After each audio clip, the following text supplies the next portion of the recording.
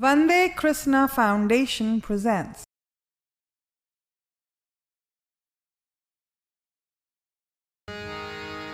Namah Shivaya, Namah Shivaya,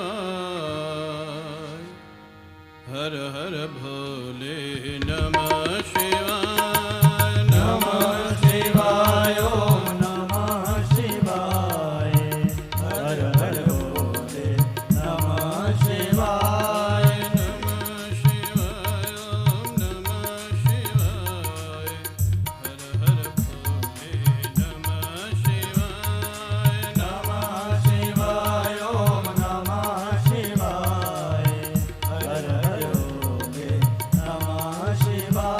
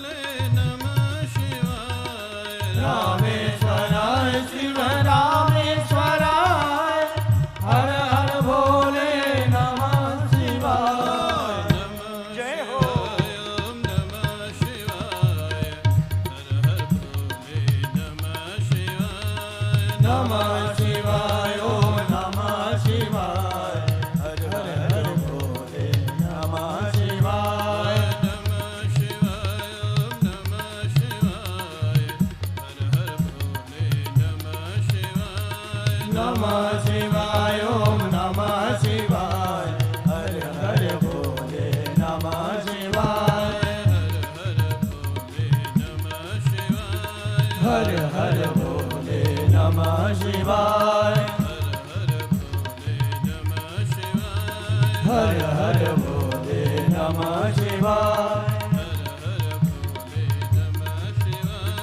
हर हर भोले नमः शिवाय हर हर भोले नमः शिवाय बोले सियावर रामचंद्र भगवान की जय पवन सुत हनुमान की की जय उमापति महादेव की जय नमः पार्वती पतये हरे हरे महादेव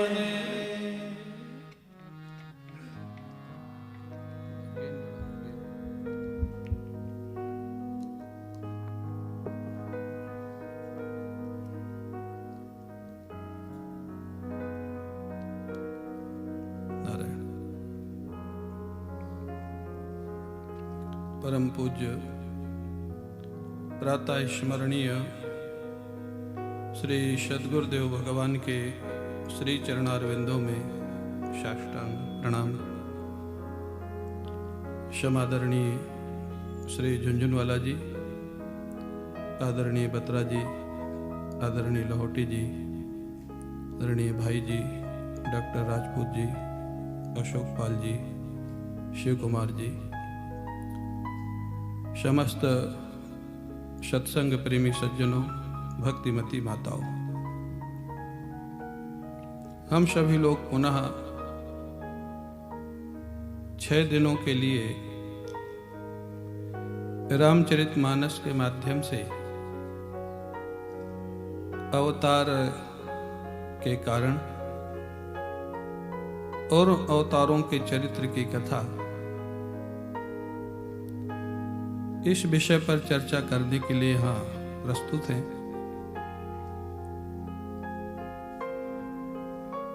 कुछ घटनाएं अभी चर्चा हो रही थी, हम लोग बैठे थे ऑफिस में, घूम फिर के प्रश्न वही आ जाता है हमारी शिक्षा का।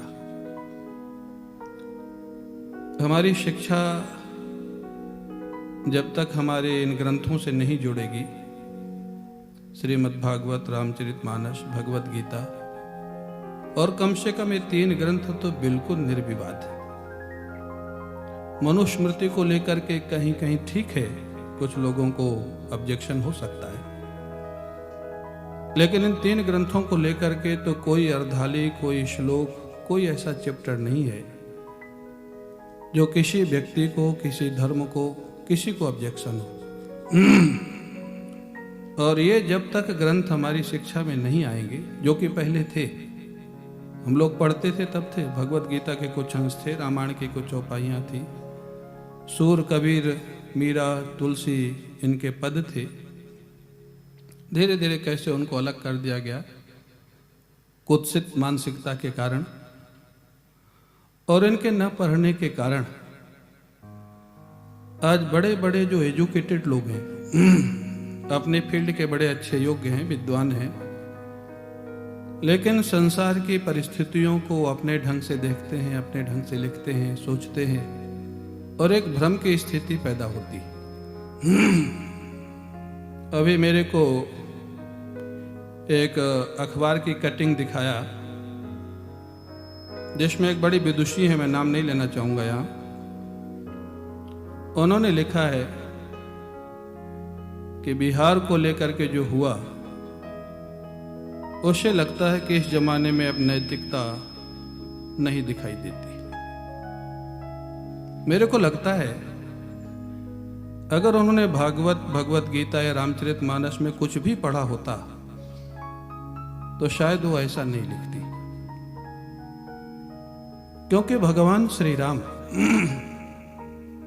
विभीषण जब रावण के यहां से निकल के आ जाता है, भगवान श्री राम ने युद्ध के बाद उनका राज तिलक किया कि पहले किया?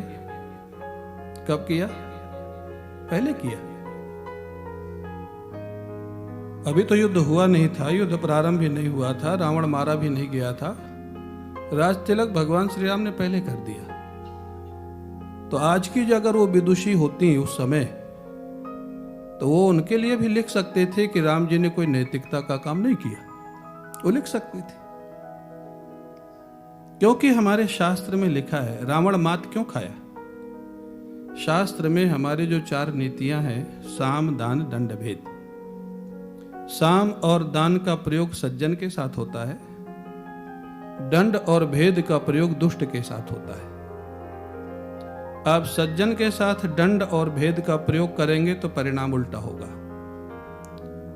और सज्जन के साथ दंड भेद नहीं करना चाहिए, दुष्ट के साथ साम और दान नहीं करना चाहिए। दुष्ट के साथ शांति की भाषा बोलेंगे, उसको कायरता समझेगा, साधुता सज्जनता नहीं समझेगा। और दुष्ट के साथ दंड भेद, और सज्जन के साथ अगर दंड भेद करेंगे, वो उसका पूरा मुकाबला करेगा, वो पीछे नहीं हटेगा, क्योंकि वो गलत नहीं होता है। रावण पराजित क्यों हुआ? आप अगर उस पर विचार करें, रावण सभी नीतियों को जानता था, साम दान दंड भेद जानता था, लेकिन गलत जगह प्रयोग किया उसने। साम और दान का प्रयोग किया दुष्टों के साथ, और दंड भेद का प्रयोग किया सज्जनों के साथ। दंड का प्रयोग किया हनुमान जी के साथ। आप लोग सब रामचरितमानस पढ़ते हैं, हनुमान जी को तो मारने का ही आदेश दे दिया था, तो विभीषण जी ने कहा कि दूत को मारना राजनीति नहीं है, कोई और दंड कीजिए। तो दंड का तो प्रयोग किया ना, जला दिया, पूंछ जला दो, ठीक है, वो नहीं हुआ एक अलग बात है। दंड का प्रयोग किया हनुमान जी के साथ, और भेद नीति का प्रयोग किया अंगद के साथ। अंगद जब जाता है तो अंगद ने कहा, भाई मेरे और तुम्हारे पिता की मित्रता थी, इसलिए मैं समझाने आया हूं। वो रावण कहता है, कौन है तेरा पिता जो मित्रता की बात करता है, किसका बेटा है तू? अंगद ने मुस्कुराते हुए कहा कि बाली बंदर का नाम कभी आपने सुना होगा। संकुचित हो गया कि वो 6 महीना कांख में दबा रहा था। हाँ हाँ, सुना है, वो तो बहुत बहादुर बानर था। अरे तू बाली का बेटा है? तो बाली जैसे बानर का बेटा होकर के जिसने तेरे पिता को मारा, उसका तू दूत बन गया? हाँ, तूने तो कुल को डुबो दिया, कलंकित कर दिया। माने भेद, भगवान श्री राम से भेद डालना चाहता है। अंगद ने कहा, हाँ मैंने तो कुल को डुबो दिया, तू कुल का उद्धार करेगा, वो तो आगे पता लगेगा, मैंने तो डुबो दिया। माने रावण ने दंड का प्रयोग किया हनुमान जी के साथ, भेद का प्रयोग किया अंगद जी के साथ, और शाम और दान का प्रयोग किसके साथ किया? निशाचरों के साथ। हाँ, खूब खाओ मस्त रहो, हाँ सर्वस खाए भोग करी नाना, ये लिखा है। इसीलिए पराजित हुआ रावण। तो अगर बिहार में भेद नीति का प्रयोग किया गया, अब मैं तो नहीं कि आप सभा में कहना चाहूंगा कि वो सज्जन थे कि दुष्ट थे, लेकिन भेद नीति का प्रयोग किया गया, और किया गया तो उसका परिणाम भी मिला।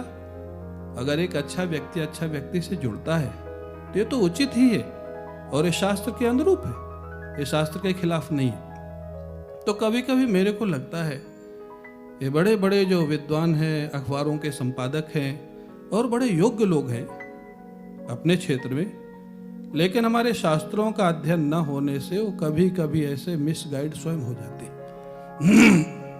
मेरे को लगता है शायद तो जानबूझ के नहीं लिखा होगा, उनकी ऐसी सोच होगी, उन्होंने ऐसा समझा होगा, ठीक है, लेकिन वो समझ ठीक नहीं है जिसने भी ऐसा समझा है। क्योंकि दुष्ट के साथ दंड और भेद का प्रयोग ये हमारे सनातन धर्म की नीति है, ये राजनीति है। सज्जन के साथ शांति और दुष्ट के साथ दंड और भेद। तो अभी चर्चा हो रही थी कि अब तो ठीक समय है हमारे देश के लिए कि हमारे देश में अब ठीक शिक्षा प्रणाली लागू, जितना शीघ्र हो सके। यहाँ बत्रा जी बैठे जिन्होंने वर्षों तक आंदोलन किया है, शिक्षा बचाओ आंदोलन का। यहाँ भाई जी बैठे हैं जिन्होंने पूरा जीवन समर्पित किया है। यहाँ डॉक्टर राजपूत बैठे हैं जिनको बहुत प्रताड़ित किया गया, फिर भी उन्होंने अपने रास्ते को नहीं छोड़ा। यहाँ शिव कुमार जी बैठे हैं जो पूरा लगे हुए हैं। लेकिन जितना शीघ्र हो सके अगर हमारे यंग जनरेशन की मानसिकता को ठीक करना है, ठीक दिशा में ले जाना है, तो हमको अपनी शिक्षा को धर्म से जोड़ना होगा। धर्म मतलब ये धार्मिक ग्रंथों से, जिनसे किसी का कोई भेदभाव नहीं है, विवाद नहीं है, और तब वो सोच ठीक होगी। ये तो बहुत कठिन, कोई कुछ दृष्टि से बोलेगा, कोई किसी दृष्टि से बोलेगा, तो वो बहुत आवश्यक कार्य है। ठीक है, वो तो स्वाभाविक चर्चा हो गई और वो मैंने कटिंग देखी। कभी कभी इन बातों को देख करके बड़ा आश्चर्य होता है, इतने बड़े बड़े विद्वान या विदुषी वो क्या समझते हैं, क्या लिखते हैं, वो बात समझ में नहीं आती। ठीक है, अपना प्रसंग है अवतार हेतु। भगवान के अवतार का कारण क्या है, भगवान अवतरित क्यों होते हैं, भगवान अवतार लेकर के क्यों आते हैं, जो कि हमारा सनातन धर्म स्वीकार करता है। बाकी धर्म तो भगवान के अवतार को नहीं मानते हैं। अवतार शब्द का जो अर्थ होता है, दो धातुओं से निष्पन्न हुआ है, अवरक्षणे और त्रितारणे। अवतीति अवह, तारयति तारा। अवति भक्तान, तारयति दुष्टान। हमारे शिव कुमार जी तो संस्कृत के भी जानकार है। अवतीति अवह, तारयति तारा। अवति भक्तान, तारयति दुष्टान। अवश्चासौ तारश्चा अवतारा। जो भक्तों की रक्षा करते हैं और दुष्टों का संहार नहीं, उद्धार।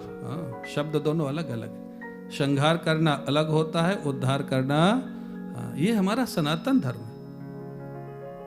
वो दुष्टों का भी जो उद्धार करते हैं संहार करके, नरक नहीं भेजते, वैकुंठ भेजते।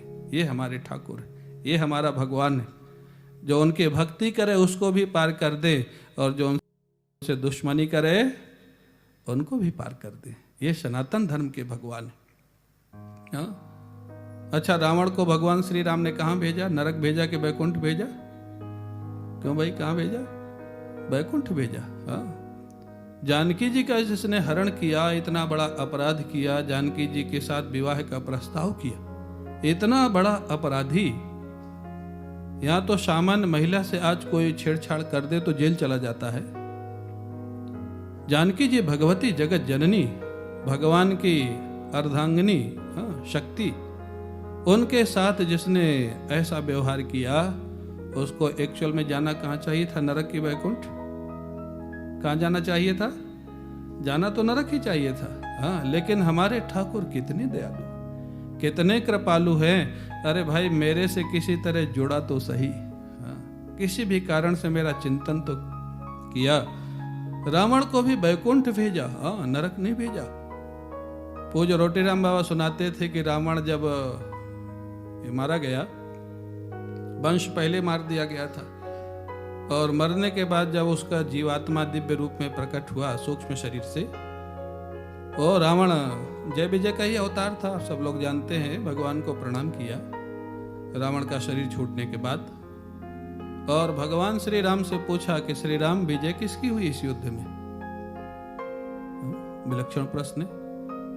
विजय तुम्हारी हुई या मेरी हुई? भगवान श्री राम ने कहा, कोई पूछने की बात, सारा विश्व देख रहा है, तू भी जानता है, सारा परिवार तेरा मारा गया, तू मारा गया, तो विजय तो मेरी हुई।